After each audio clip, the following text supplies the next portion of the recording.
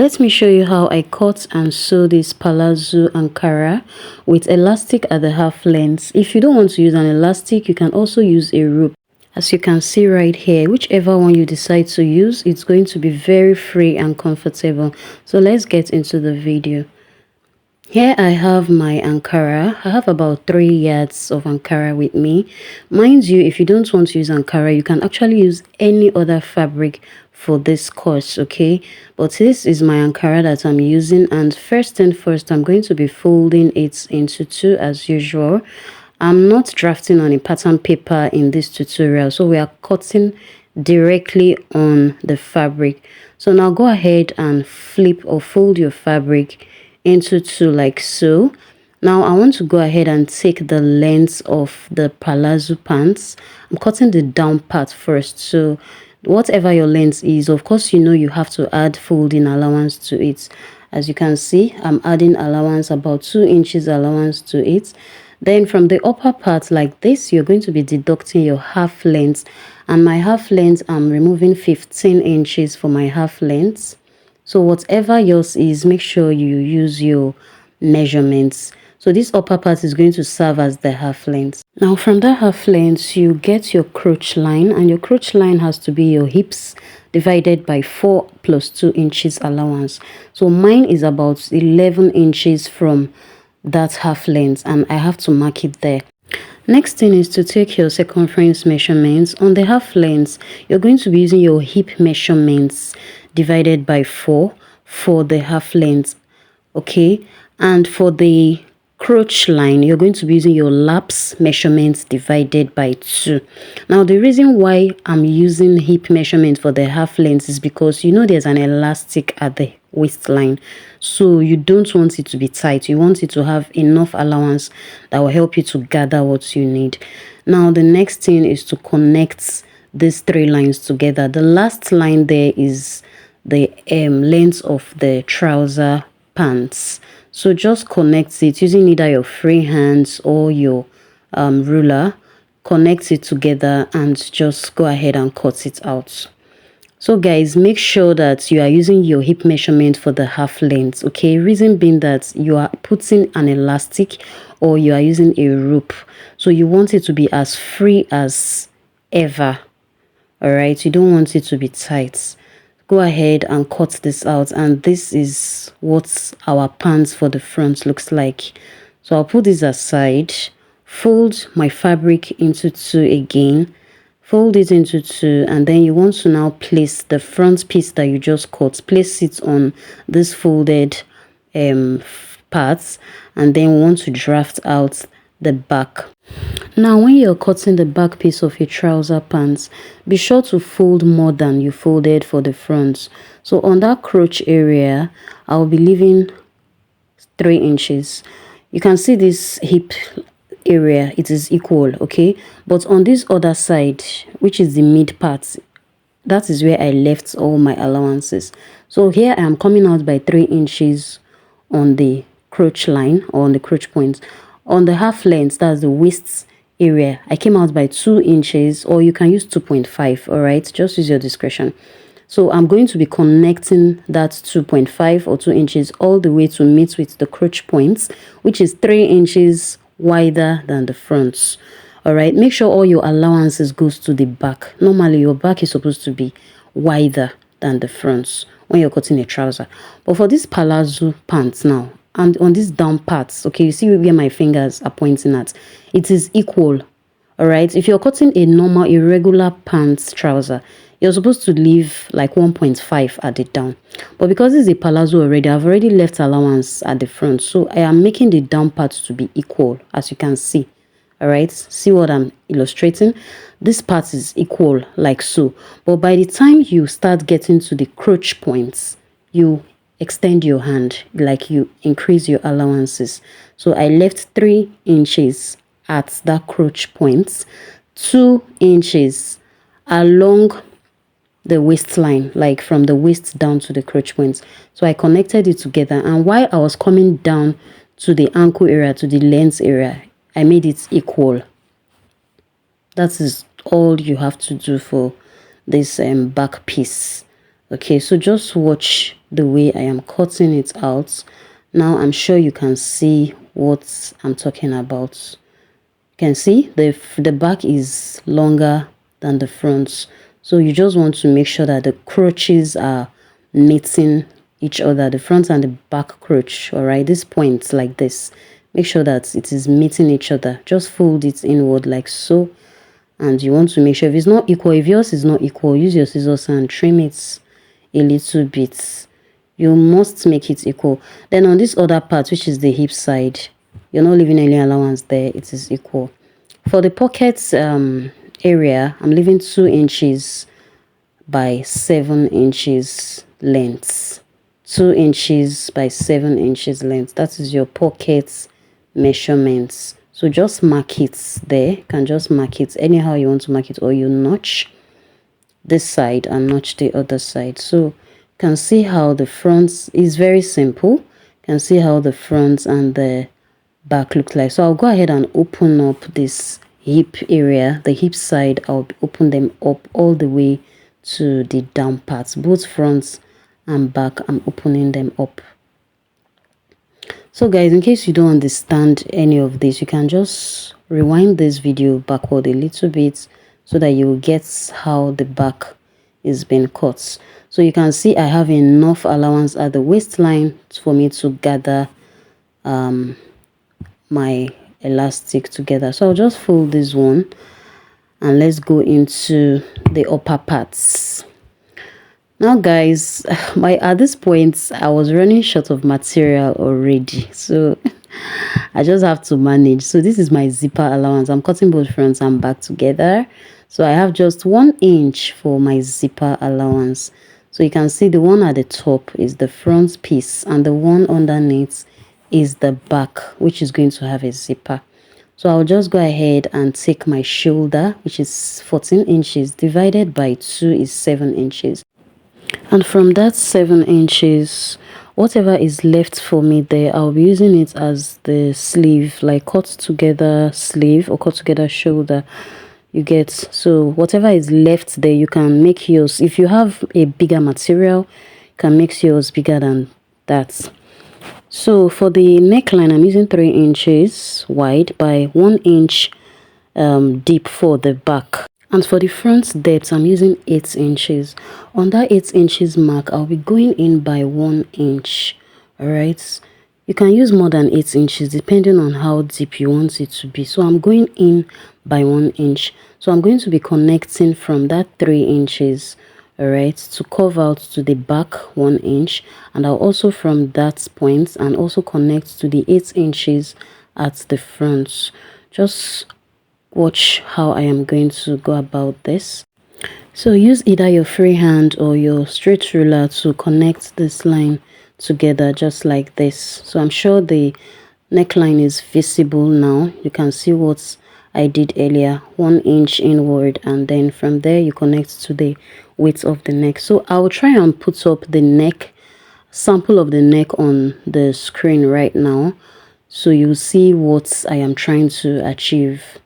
Now I just want to confirm my half length, so I'm subtracting ½ inch. Remember, I'll be joining this to the back, so I'm subtracting ½ inch, and then what I have is about 15 inches, though I'm short of fabric here, so I am not even too sure it was up to that level, but there's always a way out. So on this part now, I am taking 9 inch off. This is going to serve as the sleeve opening, and then on that point 9 inch, I'm going to be taking the bust measurements right there. So when you take your bust measurements, that is all. So now you want to bring the down pants, the down part of this trouser, and then you just want to make sure that it is the same wideness with the up, like the up and the down is the same measurements. Okay, remember you'll be putting an elastic, so you want it to be equal. And remember, we used our hip measurements for this waist line cutting. Don't use your exact waist measurement, you have to add allowance to it. So on this sleeve opening, at the end of the day, I'll be folding it inwards, just normal, the way you normally do your upper parts of the dress. Now after doing that, the next thing is to open up the zipper allowance of the back piece. So, and after that, the next thing is to prepare the neckline of the front. Now when you open the front like so, just open it up. I will measure. I have about 10 inches of a strap, 10 by about 2.5 inches wide. All right, when it's on fold, remember, you can see I folded it into two. So you just have to cut something like this out in form of a strand, and then it's going to be placed on top like this and flipped over to the front. That is to get that neckline that I showed you earlier. So you'll do the same thing for the other side, like two of them will overlap on each other. Now the calculation here is that you see this part, we have to reduce it, which is the front part. The front part of the width, we have to reduce it. We have to remove something from this part. You're seeing my finger now. So what I have on this lapel is 2 inches here. Now what I'm going to be deducting from this front is 1.5 inches, not 2. I have 2 on the lapel. I'm removing 1.5. So by the time I mark 1.5, I'm going to be connecting it back. Connect it back into your depth measurements. Are you seeing it? So by the time I join this lapel to the front and then flip it over, you see it's going to rhyme up with the back neckline.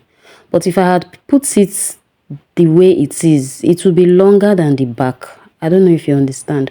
So by the time you cut it out and you measure, when you measure now, as you can see, are you seeing it? I have 1.5 inches. So after fixing it, I'm going to have that exact 2 inches. So ½ inch is for joining. Then what you remove is 1.5.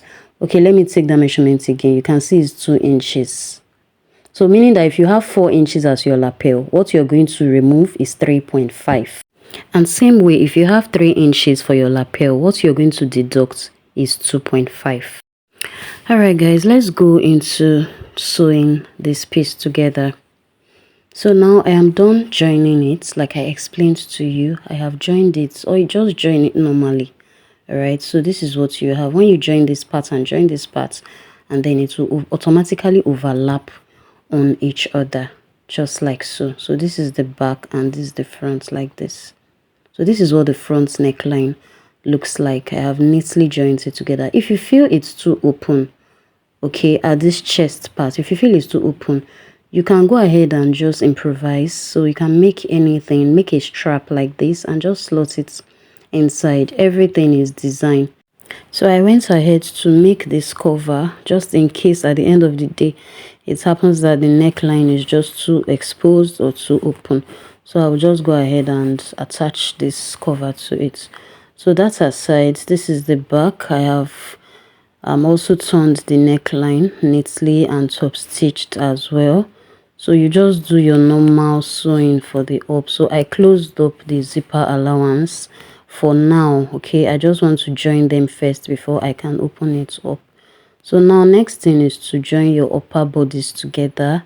So to, join it together like for right side facing right side, and then go ahead and close up the shoulder just like this, and then close up the two side using your measurement.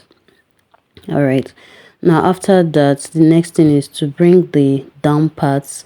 This is the front, so I'll start from the top and then sew with ½ inch all the way to the crotch points. So I'm done sewing it. You can see I used ½ inch to join it together. So by the time you open it up, you're going to have this. You can see the trouser is already forming out as it is. So the next thing is to fix our pockets. So my material is exhausted, so I have to use this matching plain fabric because I have the same color on the fabric. So I had to use a plain material for me to fix the pockets. So cutting of your pockets in, you just fold it into two. I have about 10 inches length by about 8 inches wide. So guys, you can make yours longer than 10 inches. So depending on how you want, you can make it 11, 12, 13. Any length you want, it's very okay. Now right side facing right side. All right, just watch how I am doing. Fixing this pocket is so easy.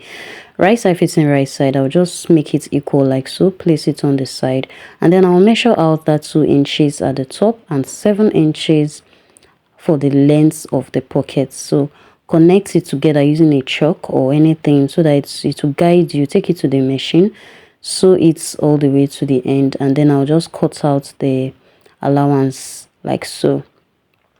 So the next thing, I would turn it like so, and then I would top stitch on the pockets parts. I'll top stitch on it. So after top stitching, this is what it looks like. All right, and then next you want to form your pockets placements. So just watch how I am doing it. I cannot explain it verbally, so just watch the way I'm folding it to get my pockets pattern. So this is it.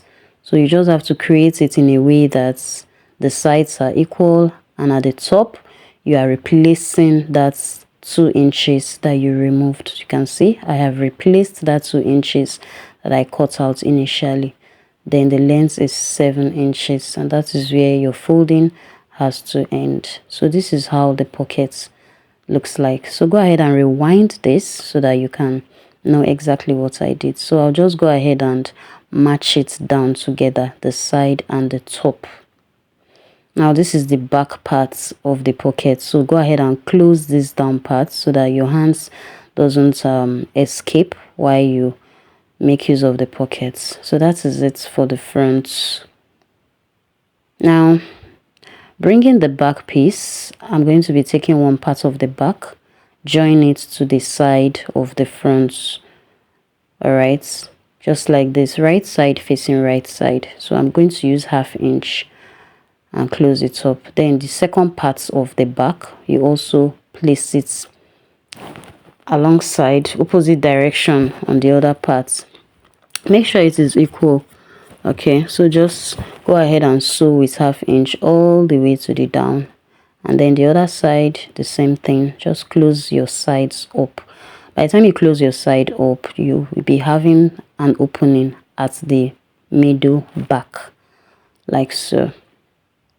So guys, I'm done sewing, joining the sides together, and this is what I have. I have a whole piece like so. Front and back is together right now, so you can see this is the middle parts and it's open. Now for the upper bodice, I have joined it together. All right, you can see I've closed up the upper part. You may be wondering what a red fabric is doing at the down part. Yeah, I decided to add something to the down because I felt the half length I used was going to be too short. So I said, okay, let me just add something to the down to increase the length. But although I removed it at the end of this video, but it doesn't change anything anyway.